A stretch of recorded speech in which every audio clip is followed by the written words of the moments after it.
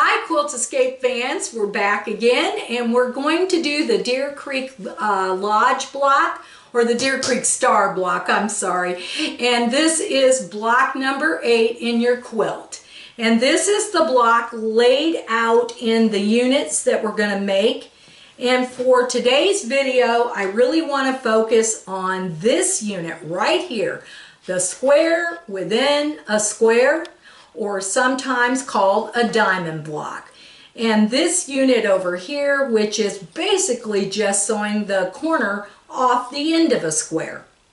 Now, the best way to make this unit is to start with the size of the center square being the complete size of the finished block. So, in this case, this needs to finish at 3. So we're actually going to be starting with a 3-inch square. This 3-inch square, we're going to put the corners on, and all of these are pre-cut into 1 3/4 units. So notice how I can put 2 corners on at the same time. So I've got a couple of squares lined up ready to sew. So I just want to take you over to the wall real quick. This has been our routine, and point out a few things here. So if you're looking up here, the first thing I want you to notice is I did use the same color here, the tan, on the tip end of this square as I have used in the square within a square. And I think that it makes this unit here kind of look like an octagon. I like the optical illusion that it gives. If I had a different color, I'm not sure that I would quite get that continuity. But you can try any color that you want to try. So here we're going to start with a 3-inch square. So what was underneath was a 3-inch square. All of these little squares are 1 3/4. All of them are the same. This is a 3-inch square, that's a 3-inch square. Now, I also want to point out that you do have 8 half squares in this quilt. I chose to make them a different color. Here you had the green and tan. I'm making this the blue and tan, or the navy and tan. And again, this, I'll bring you back over here now, is made the way we've been doing it with our tool, marking it, starting with a rectangle, and it's the 3 by 4-inch size of a strip. And I have done all the marking ahead of time with my Frixion marker, and I'm already ready to sew. I don't know that I'm going to sew it this time. I think if you feel you need a review on this one, you can back up and look at Hunter Star, or you can look at Country Roads. Either one of those would be the same exact thing. Now, I am going to start us off though sewing these, which are the diamond and the square, so I can take you through the how-to of making those. So that's what we're going to sew first. Here we go.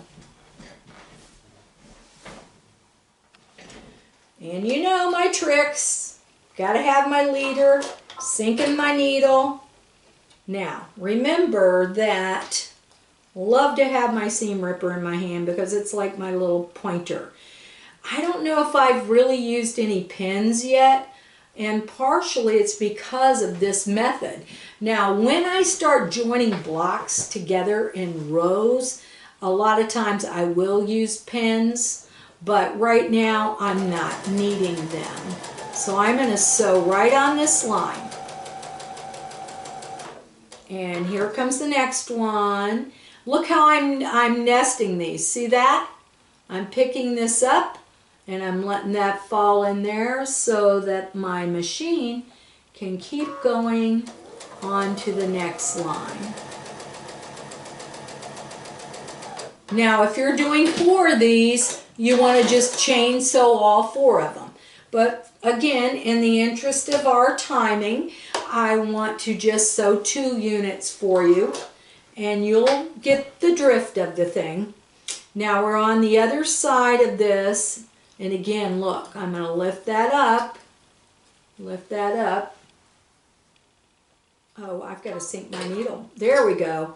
Wondered why my presser foot didn't pop up. I'm so used to that. Okay, there we go.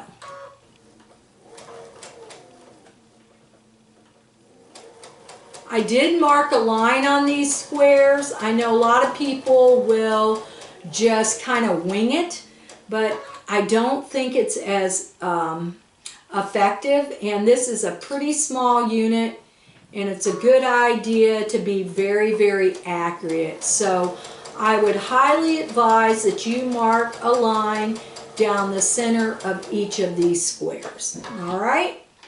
That's going to be in your best interest.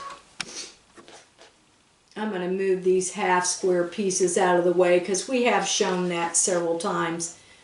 And I want to show you how to load these up and what you're going to do next. Okay, here we go. Now, I'm going to cut these apart because we're going to make some cuts before we go on. We'll be cutting and pressing in the next step. So, what we're going to do is, and it might be effective if we just put these on my mat lined up. You'll see in a minute what I'm going to do there. And just line those up right there. And I'm going to trim a 1/4 inch off. If you get these two stitching lines lined up on a line, it's easier to line up for your 1/4 inch on cut both sides. So that's what I'm doing. I'm extending that ruler again 1/4 inch past the sewn line, and this is going to be a crumb that I'm not going to save. It's a little bit too small to do anything with it. So let's rotate the mat. And here we go again. And there goes my little crumbs. Now what you want to do is take this to the iron and press it. And while that iron is heating up a little bit, I'm going to go over here and sew these two, because that'll help me out while that iron, I forgot to push the button and tell it to heat up. So let's go back here and we'll do these units right here, which are the square with the corner sewn off. Okay? So again, we're going to put this down. I know that's a peat and repeat, but it's worth doing. Especially when you're sewing on the diagonal line from corner to corner. It is so very helpful. Okay, come on back. And just kind of push that up there so that your machine can follow that line. There you go. Now that's all you're going to need on these. You don't really need anything else, as there's only one corner sewn off on these squares. So basically you're going to sew one line, and then you're going to trim off to 1/4. I am going to freewheel it. Don't be alarmed. It really isn't a hard thing. Okay, now I'll take these over and press just like I'm going to press these. Let me put this down so you can see what I'm doing. Okay. So I'm going to flatten this down. Even though the red is the darker, my tan's dark enough that I can press towards it. And that's what I want. I want the tan to be pressed out and away from the square. Now, you can see these units right here. And I'm going to lift up the corners here.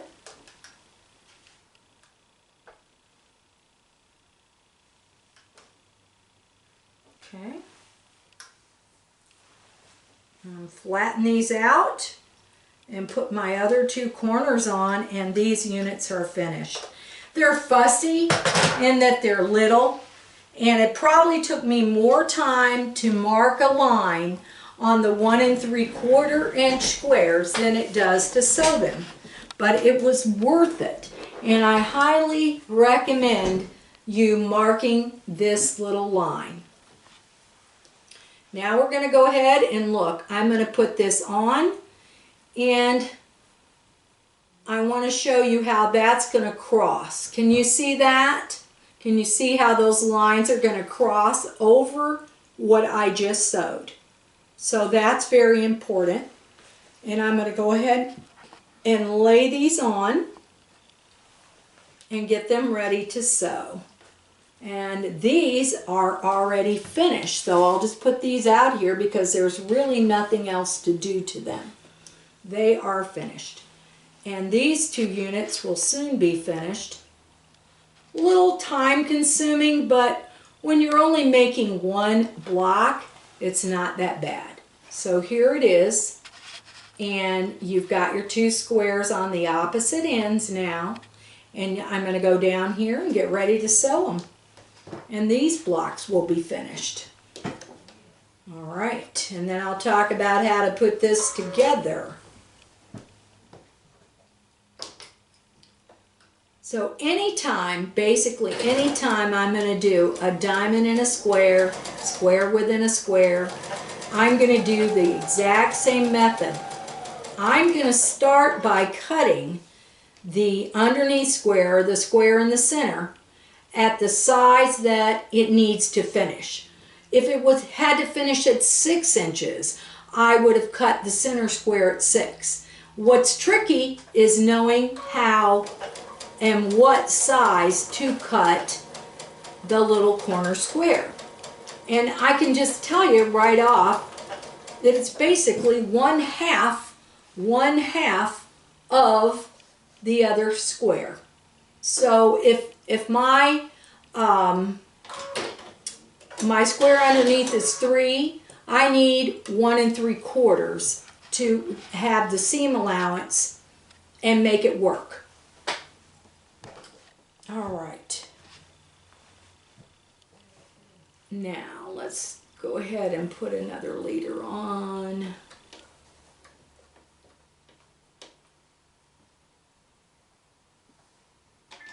Whoops. Hit the wrong button.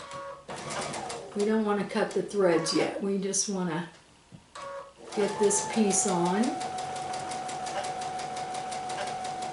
When you have the line marked, the other advantage too is that you can tell if you're crossing the block where you need to cross it. And that's really key to the whole thing too. There we go. So we have 2 examples sewn for you. Cut these leaders off. And there we have it.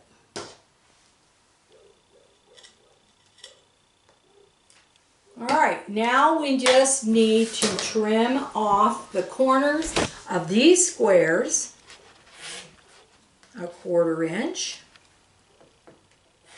And we will have the finished little unit.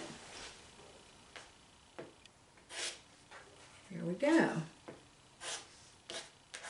There's my little crumbs. So that's what it looks like before I press it. But let's go ahead and press it, and we will have our finished units. The square within a square. All right. Oh, that's so cute. And it's going to come back to 3 inches because that's what we started with. So there's our 3-inch little piece right there. We'll get the other one.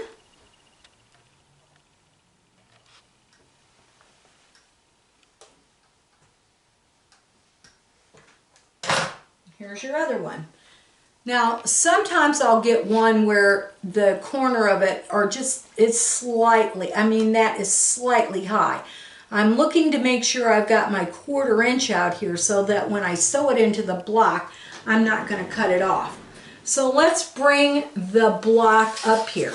If I need to trim that little bit, I could, but it's such a small infraction that most likely I'll be able to sew it without doing any trimming. So I'm going to pull this apart a little bit more because I've sewn this into its 4-patch units. Look at this. You can really see, here's all the 4-patch units, and there's 4 of them. Then you've got your strip units. You're going to make 4 strip units exactly the same, and you're going to have 1 connecting square in the center, and all your 4 patches are the same. Just be careful when you sew this back together that you have made the tip of this square with the little corner pointing in. If you would turn it out, then the whole thing would be wrong. Example given. So you can see how that's gonna, these would still be going in the same direction, but it would be a whole different block. So you just want to make sure that you've got this 4-patch turned so this corner is right here, and you'll see that. Then you're going to sew it back together again in rows. So that's row 1, row 2, and row 3. Once you have the rows together, then you'll make the last 2 seams and you'll have a finished block. So we're going to go up here now and we'll look at it. It really is cute.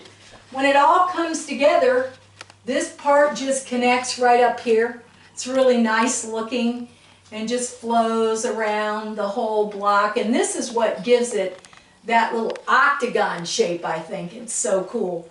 I think you'll enjoy this. You know, a lot of these blocks, in fact, every single one that I've done has a center square.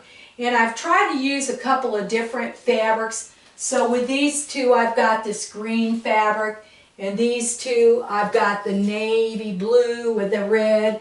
This one I have a pine cone and a pine cone down here, and these 2 I have leaves. So when I get to the next block, the next 4, I'll see what's going to happen then.